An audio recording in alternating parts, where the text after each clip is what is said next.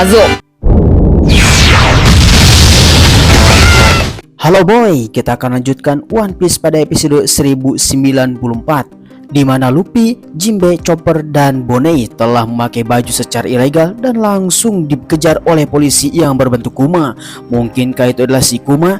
Tetapi kita semua belum tahu bahwa itu adalah Kuma beneran ataupun ayahnya dari si Bonnie.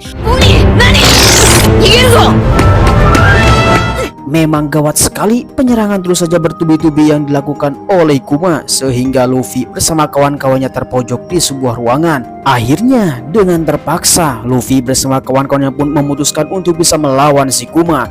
Tetapi Bonnie yang mengetahui dia adalah ayah kandungnya, maka Bonnie pun langsung meminta kepada kawan-kawannya untuk berhenti, jangan melawan ayahnya.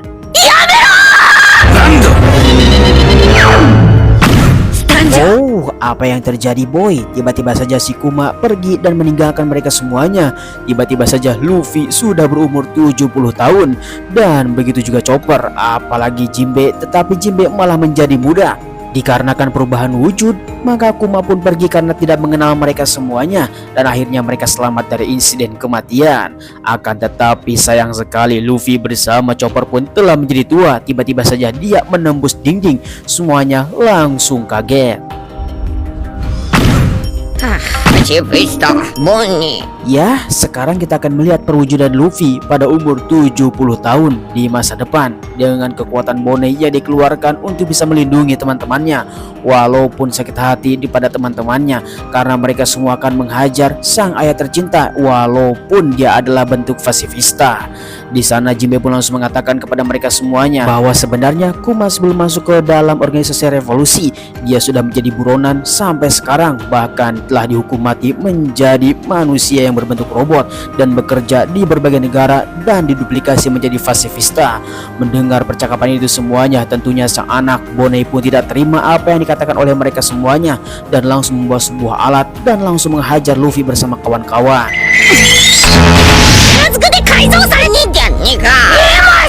Hampir saja si Bonnie membunuh Luffy bersama si Chopper, akan tetapi mereka semua mengerti terhadap apa yang dilakukan oleh para pemerintah dunia. Akhirnya Bonnie pun langsung mengembalikan tubuh Luffy seperti semula, walaupun dalam hati Bonnie masih saja kesal terhadap apa yang dilakukannya karena akan membunuh ayahnya yang bernama Kuma, walaupun bentuknya sudah menjadi pasifista ataupun robot manusia. Kemudian di sisi lain kita akan melihat krunya Luffy yang masih berada di kapal dibawa oleh robot yang besar dikendalikan oleh salah satu Megapunk untuk menuju pulau tertinggi di pulau Megapunk ini. Mereka semuanya langsung tercengang karena melihat perubahan teknologi yang sangat signifikan, bahkan teknologinya tidak akan ada di mana-mana.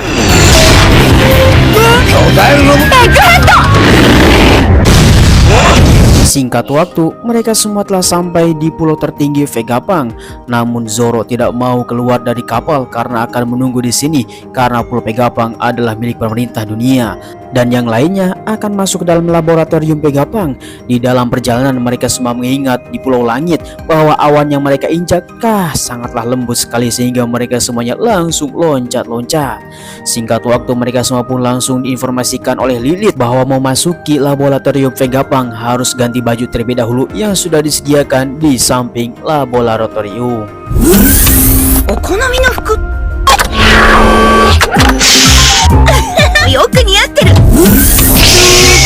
Sangat canggih sekali, dalam waktu singkat mereka semua bisa berganti baju sesuai apa yang diinginkan dan bisa diminta dalam mesin tersebut.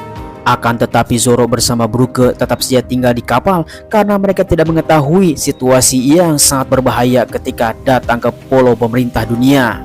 Kembali lagi kepada Sanji, Franky, Robin, Nami yang sudah berada di pulau Vegapunk dan akan masuk ke dalam laboratorium. Mereka menaiki lift yang sedang berjalan menuju laboratorium tersebut. Ya, memang dengan teknologi yang sangat canggih yang disebut dengan teknologi masa depan, mereka semua tercengung melihat semua keadaan yang seperti ini. Singkat waktu mereka pun berada di suatu pintu dan Lilith pun malah langsung menabrak pintu tersebut sehingga mereka semuanya heran kenapa bisa menembus tembok. Oh, bagaikan hantu dalam film Indosiar, di mana mereka semuanya harus bisa menembus tembok. Kemudian Sanji terus saja memanggil Lilit dan tiba-tiba saja kepalanya langsung masuk sehingga mereka semua menjadi tercengang karena Sanji telah terpotong. しまったな。大丈夫よ。 Singkat waktu, mereka semua telah sampai di suatu ruangan dan tidak bisa kembali menembus tembok tersebut. Akan tetapi di ruangan ini Lilith tidak ada dan mereka mendapatkan suatu suara di mana suara tersebut adalah suara instruksi untuk menuju ruangan berikutnya. Mereka pun terus saja berjalan mengikuti instruksi yang telah diberikan. Namun Nami dalam perjalanannya melihat semua teknologi yang sangat canggih, dia berpikir untuk bisa mencurinya untuk bisa dijual dengan harga yang sangat mahal. Singkat waktu, mereka semua pun langsung dapat di ruangan yang sangat misterius di mana terdapat beberapa pintu. Salah satu pintu tiba-tiba saja terbuka. Entah siapa yang berada di balik pintu tersebut, tetapi rupanya seperti Jinbe yang masa kecil. Mereka semua terus saja menduga dengan apa yang menjadi perubahan pada Jinbe. Akankah mereka semua akan diserang oleh makhluk tersebut atau mereka semua akan mendapatkan instruksi selanjutnya? Tetapi orang yang berbentuk Jinbe tiba-tiba saja langsung memasang kuda-kuda dan langsung menyerang mereka semua secara brutal. Kemudian kita akan diperlihatkanlah suatu ruangan di mana salah seorang yang telah melakukan obrolan yang sangat penting. Dia adalah Vega Fang yang menjadi delegasinya nomor 1 yang ada di pulau ini. Berhubung mereka semua sedang melakukan obrolan dengan orang yang paling penting di dunia, yaitu adalah pemimpin revolusi. Siapa lagi kalau bukan Dragon? Apa yang akan dilakukan oleh Dragon di tempat ini? Kita akan lanjutkan di episode selanjutnya. Dragon.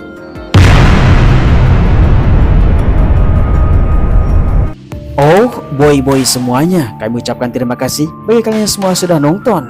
Dalam episode tersebut, apa yang dilakukan oleh Dragon di Pulau Vegapunk, mereka semuanya pasti telah tercengang terhadap apa yang dilakukan oleh pemimpin revolusi tersebut. Kita akan bahas di episode selanjutnya.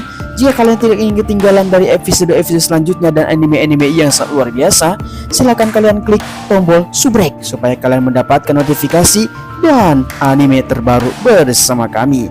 Terima kasih. Sayonara.